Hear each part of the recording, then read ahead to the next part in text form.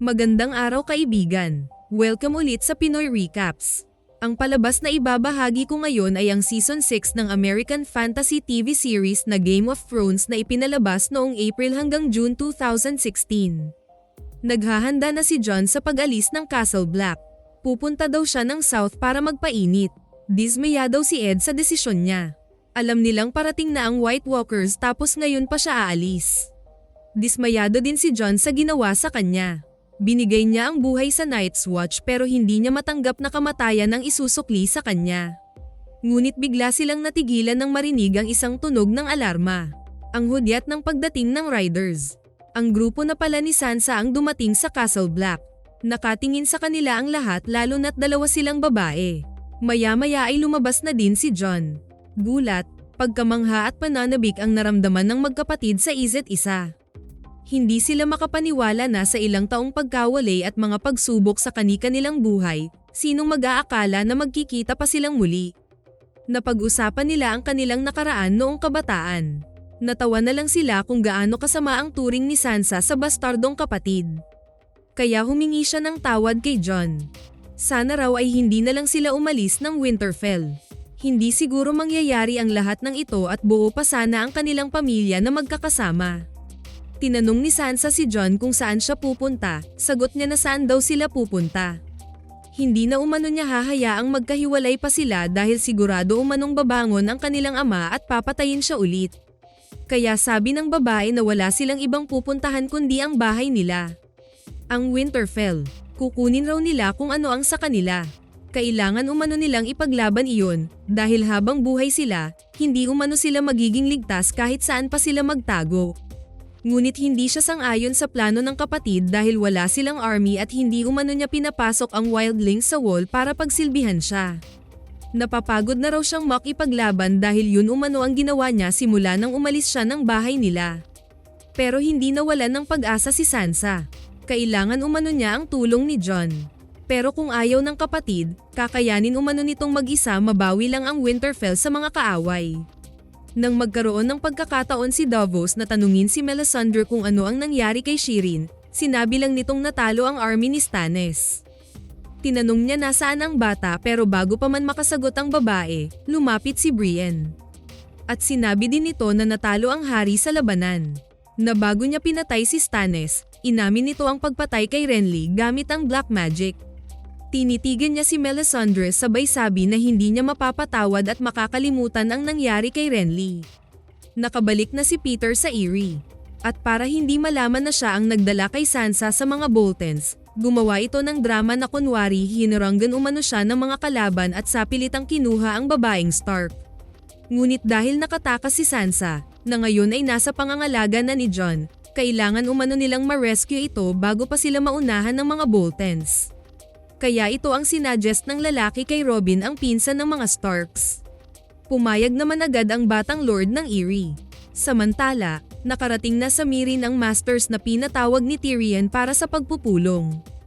Hindi natuwa si Grey Worm at Missandei sa taktika ng Imp. Isa umanong kahibangan na pagkatiwalaan ang mga nagtaksil sa reyna. Ngunit sagot ng advisor na kailangan nilang maging diplomatic kung gusto nilang matigil na ang panggugulo ng mga ito sa Meereen.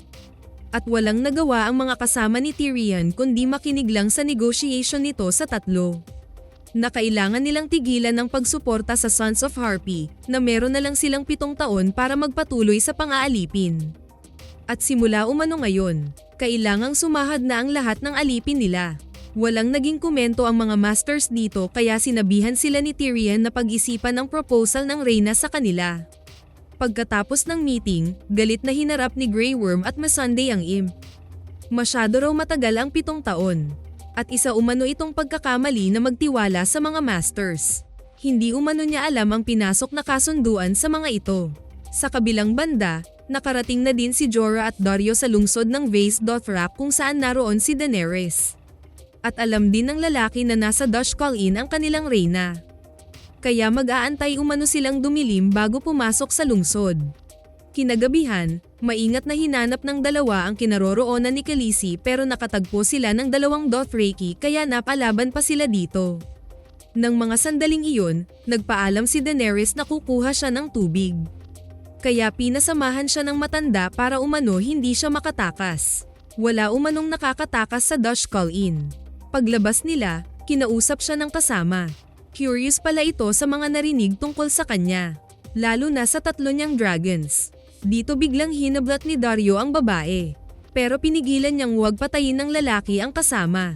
Sabi ni Jorah na kailangan na nilang tumakas, pero sagot niya dito na hindi sila makakalabas ng buhay sa Vaes Dothrak.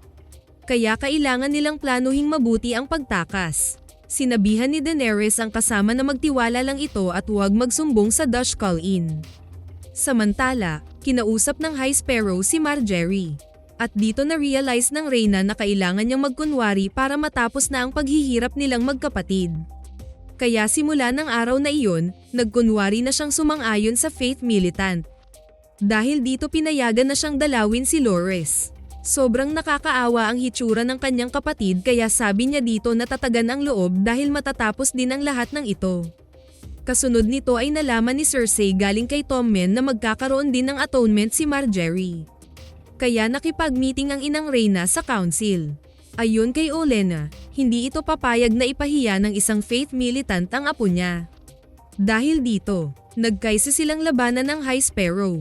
Sila umano ang may kapangyarihan bakit kailangan nilang sumunod sa isang relihiyon na sisira lang sa kanilang mga reputasyon. Kaya sa araw ng atonement ng Reyna, lulusubin umano ng Tyrell Army ang Septon. Nang sa gayon, hindi na matutuloy ang parusa ni Margaery at matigil na ang kahibangan ng Faith Militant. Nakauwi na rin si Theon sa Iron Islands. Pero imbes na matuwa si Yara, nagalit ito sa kanyang pagdating. Dahil akala ng babae, aagawin niya ang trono. Dahil wala na ang kanilang ama. Kaya raw tinapat niya bago ang Kingsmoot para siya ang magiging hari ng Pike. Pinabulaanan niya ito. Isa siyang Greyjoy, pamamahay niya ang Iron Islands, saan pa ba siya uuwi? Dagdag pa niya na susuportahan niya ang pag-upo ni Yara sa Salt Throne. Dahil wala na siyang karapatang magmana sa kapangyarihan ng kanilang ama. Balik sa Winterfell, sinubukang patayin ni Osha si Ramsay pero naunahan siya ng lalaki. Nang araw ding iyon, nakatanggap ng mensahe ang Castle Black galing sa lalaki. Ibinalita nito na nasa dungeon umano si Rickon. Gusto nitong ibalik si Sansa kung hindi, lulusubin umano nito ang Castle Black at papatayin lahat ng wildlings, ipapalapa sa mga aso nito ang batang kapatid, at ipagahasa si Sansa sa mga kasundaluhan nito. Ngayong hawak ng lalaki ang kanilang kapatid, kailangan na nilang kumilos. Kailangan nilang lumaban, iligtas si Rickon at bawiin ang Winterfell. Ngunit kulang umano sila ng army. Hindi sapat ang wildlings para makipaglaban kay Ramsay. Dito sinabihan ni Sansa si Jon na marami pang taga-norte ang loyal sa kanila. Kung puntahan lang umano nila ang mga ito at kausapin, siguradong makakakuha din sila ng suporta. Kalaunan ay pumayag na din ang commander. Samantala sa Vaes Dothrak, humarap na si Daenerys sa council ng lungsod. Narinig pa niyang nag-uusap ang mga ito na gusto siyang bilhin ng master ng Yunkai kapalit ang 1,000 kabayo. Pero hindi interesado si Khal Moro sa mga kabayo. Ayaw nitong bitawan si Khaleesi. Sinisi pa siya ng mga ito bakit namatay si Drogo at anak nila. Kalaunan ay sinabihan niya ang mga ito na wala umanong isa sa kanila ang kayang maging pinuno ng mga Dothraki. Siya lang umano ang nararapat na maging reyna ng mga Khalasar. Ngunit pinagtawanan lang siya ng mga ito. Hinding-hindi raw sila magseserbisyo sa isang babae. At hindi na rin daw siya titira sa Dutch Call-in dahil magsalitan umano silang gahasain siya. Pero bago pa makalapit si Moro sa kanya, bigla niyang tinamba ang malaking apuyan sa kanyang gilid sabay sabi na hindi umano sila magseserbisyo sa kanya. Dahil mamatay na silang lahat. Gulat na gulat ang mga ito pero kanya-kanya na silang takbuhan dahil mabilis kumalat ang apoy. Nakarating na sila sa malaking pinto pero nakasarado ito sa labas dahil patay na din ang mga bantay. Kalaunan ay nagliyab na ang buong kubo at nilamon na silang lahat sa loob. Ngunit maya-maya lang, ay lumabas na si Daenerys na buhay sa gitna ng apoy. Dahil dito, dahan-daang lumuhad ang mga Khalasar. Ilang saglit lang ay lumapit na din ang dalawa at lumuhad sa kanilang reyna. Nakatanggap ng mensahe si Sansa galing kay Peter na gusto nitong magkita sila sa Molestown. Kaya sinamahan siya ni Brienne. Sabi ng lalaki na nasa Moat Cailin umano ang army ng Eyrie dahil akala nito kailangan siyang iligtas sa mga sundalo ni Ramsay. Dito sinumbatan ni Sansa si Peter. Niligtas umano siya nito sa mga taong pumatay sa pamilya niya, pero dinala din naman siya sa ibang tao na pumatay din sa pamilya niya. Sinubukan pang mga tuwiran ng lalaki sa kanya pero ayaw na niyang maniwala dito. Alam umano nito kung anong pagkatao ni Ramsay pero binigay pa rin siya nito sa hayop. Nagtiwala siya dito na ililigtas siya sa kapahamakan ngunit ito rin pala magpahamak sa kanya.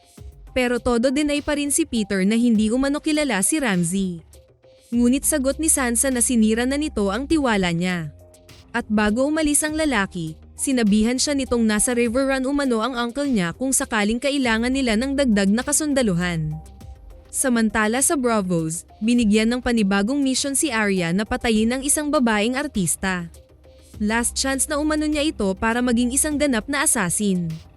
Nang mapanood niya ang stage drama, tungkol pala ito sa buhay ng Lannisters at King's Landing. Nalulungkot siya nang maalala ang ama sa senaryong pinatay na ito. Ngunit natuwa din siya nang malaman kung ano ang nangyari sa capital noong wala na siya doon. Patuloy pa din ang training ni Bran para maging Three-Eyed Raven. At sa pagkakataong ito, pinakita sa kanya ang nakaraan kung paano nagsimula ang White Walkers. Ang Children of the Forest pala ang gumawa ng mga ito sa pamamagitan ng pagsaksak ng dragon glass sa dibdib ng isang lalaki.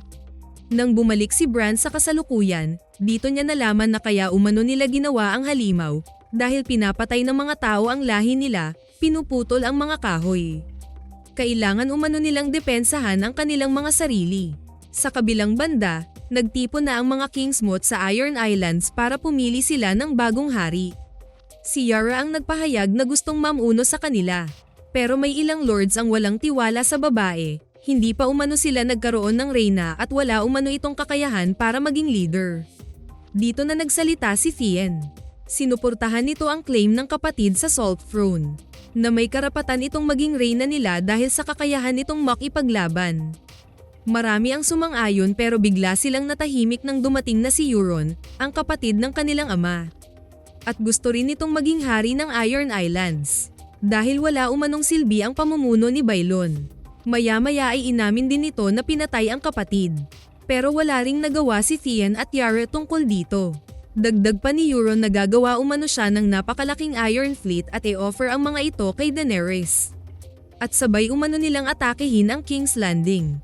Kaya kalaunan ay si Euron din ang pinili ng mga Ironborn. Habang ginagawa ang ritual para kay Euron, tumatakas na rin ang magkapatid dala ang kanilang mga barko. At nang magising na ang bago nilang hari, nakaalis na ang mga barko sa dalampasigan. Dahil dito, inutusan ni Euron ang mga tauhan na umpisahan na nilang gumawa ng 1,000 barko. Bago magumpisang maglakbay ang Dothraki, kinausap muna ni Daenerys si Jorah. Gusto na ng lalaki ang lumayo dahil lumalaki na ang infeksyon nito sa braso. Ngunit ayaw siyang bitawan ng reyna. Humingi ito ng tawad sa kanya dahil wala itong magagawa sa kanyang sakit. Kaya dito na siya nagpahayag ng nararamdaman kay Khaleesi, na mahal niya ito at nakahanda siyang magsilbi para rito. Pero kailangan niyang magpaalam. Dito na napaiyak si Daenerys, sinabihan niya ang lalaki na inuutusan niya itong maghanap ng lunas at bumalik sa kanya. Dahil pag nakuha na umano niya ang Iron Throne, gusto niyang nasa tabi niya ang dating advisor. Ilang saglit pa ang lumipas. Nag-umpisa ng maglakbay ang Dothraki papuntang Meereen. Samantala sa kuweba, habang tulog ang lahat ng kasama ni Bran, naisipan niyang maglakbay sa nakaraan na mag-isa. Sinigurado niyang tulog ang matanda bago tuluyang lumapit sa ugat ng puno kung saan siya humahawak. Napunta siya sa Godswood ng Children of the Forest, kung saan dito ginawa ng mga nilalang ang pinakaunang White Walker pero sa pagkakataong ito, nasa winter ang paglalakbay niya. Nang lumingon siya, dito niya nakita ang libo-libong dead army ng halimaw. Maya-maya lang ay nakita siya ng Night King. Umiwas siya ng tingin at nagulat siya nang makitang nakaharap na sa kanya ang mga patay. Hanggang nasa likod na pala niya ang hari ng White Walkers at napasigaw siya nang hawakan siya nito. Nagising na silang lahat. Sabi ng matanda, alam na umano ng Night King kung nasaan siya at sa pagkakataong ito, makakapasok na sila sa kuweba dahil sa marka nito sa braso niya. Ito na umano ang araw na si Bran na ang Three-Eyed Raven. Kaya kailangan na umano nilang umalis kahit na hindi pa siya ready. Balik sa Castle Black, patuloy ang pagplano nila paano nila lulusubin ang Winterfell. Kailangan nila ng dagdag na tauhan kaya kakausapin umano nila ang ibang mga Northerners na loyal pa rin sa Starks. Dahil dito inutusan ni Sansa si Brienne na puntahan ang tiyuhin niya sa River Run para makahingi ng suporta sa kanilang planong paglusob sa Winterfell. Kaya hindi na sila nagsayang ng oras, umalis agad sila ng Castle Black para isa-isang bisitahin ang mga kilalang Northerners. At para matibay ang pagkumbinse nila, kailangang sumama ni Sansa dahil sigurado umanong tatanungin ng iba ang pagkatao ni Jon bilang bastardo ng yumao nilang ama. Habang naghahanda na si Meera at Hodor sa pag-alis, napansin ng babae na lumalamig na ang kanyang hininga. Kaya mabilis siyang tumakbo sa labas ng yungib at bumulaga sa kanya ang buong army ng Nightwalkers. Nagmamadali siyang bumalik sa loob para gisingin si Bran ngunit malalim pa rin ang paglalakbay nila ng matandang Raven. Pinilit ni Meera may sakay ang lalaki sa cart dahil natatakot na si Hodor. Nang mga sandaling iyon, ginagawa ng paraan ng mga Children of the Forest ang paglapit ng mga White Walkers. Gumawa sila ng malaking apoy sa may bungad ng kuweba pero inapakan lang ito ng Night King. At naghanap ng ibang daan ang mga patay nitong army para makapasok sa loob. At hindi pa rin nagigising si Bran. Kaya sinisigawan ito ni Meera na kailangan nila si Hodor kung hindi siya makapasok sa isipan ni Hodor, mamamatay silang lahat. Nasa nakaraan ng kanyang ama si Bran at naririnig niya ang boses ni Meera na humihingi ng tulong. Dito siya sinabihan ng matanda na makinig sa babaeng kaibigan. At sa isang iglap, nakapasok siya sa isipan ni Hodor habang nasa loob pa sila sa paglalakbay sa nakaraan ng kanyang ama. Dama-dami na ang nakakapasok sa loob ng kuweba kaya mabilis na silang lumabas. Dito nagsakripisyo si Summer para makalayo agad sila. Maya-maya lang ay nakapasok na din ang Night King sa kinaroroonan ng Three-Eyed Raven. Kasabay ng pagkamatay nito, nakita ni Bran na bigla itong naging itim na usok na unti-unti naglaho. Habang tumatakas sila Meera, nakasunod sa kanila ang sangdamakmak na dead armies kaya nagpaiwan ng isang children para magsakripisyo sa kanilang pagtakas. Ilang saglit lang ay sumabog na ito kasama ang napakadaming walkers. At dahil sa makapal na ice sa labas ng pinto, nahirapan si Hodor na buksan ito. Nang makalabas na sila, si Meera na ang humila kay Bran at naiwan ang lalaki na pumipigil sa pinto. Sinabihan ito ng babae na hold the door. Ang pangyayari pa lang ito ang siyang naging dahilan bakit Hodor na ang pangalan ni Willis. Sa kakasambit nito ng hold the door, kalaunan ay naging Hodor na ang binibigkas nito. At sinakripisyo din nito ang sarili para makaligtas ang dalawang kasama. Patuloy ang paghila ni Meera kay Bran habang naglalakbay pa rin ito sa nakaraan. Dahil wala na ang matandang Three-Eyed Raven, dito na pumasok lahat sa isipan ng binata ang nakaraan, pati ang mga nangyayari sa kanyang mga kapatid. Pagod na si Meera kaya wala na talaga siyang lakas para magpatuloy. Napaiyak ang babae nang harapin nito si Bran. Ilang saglit lang ay damilat na din ang lalaki sabay sabi na nasundan pa rin sila ng mga halimaw. Lalong napaiyak ang babae at niyakap si Bran. Ngunit nang akala nilang wala na silang pag-asa, dumating ang isang lalaki sakay ng kabayo at tinulungan sila. Pagkatapos nitong puksain ang lahat ng nakalapit sa kanila, pinasakay sila nito sa kabayo at mabilis na lumayo sa lugar. Nang magpahinga na sila sa isang ligtas ng lugar, dito na nagpakilala si Benjen sa dalawa. Nagulat si Bran na buhay pa pala ang kanyang tiyuhin. Kwento ng ranger na hindi na siya nakabalik ng wall dahil sa nangyari sa kanya. Nakatagpo umano nila ang White Walkers at sinaksak siya ng dragon glass sa dibdib para maging isang halimaw. Ngunit natagpuan umano siya ng mga bata at pinigilan ang pag-transform niya na maging White Walkers. Kaya sinaksak din umano siya sa dibdib ng dragon glass.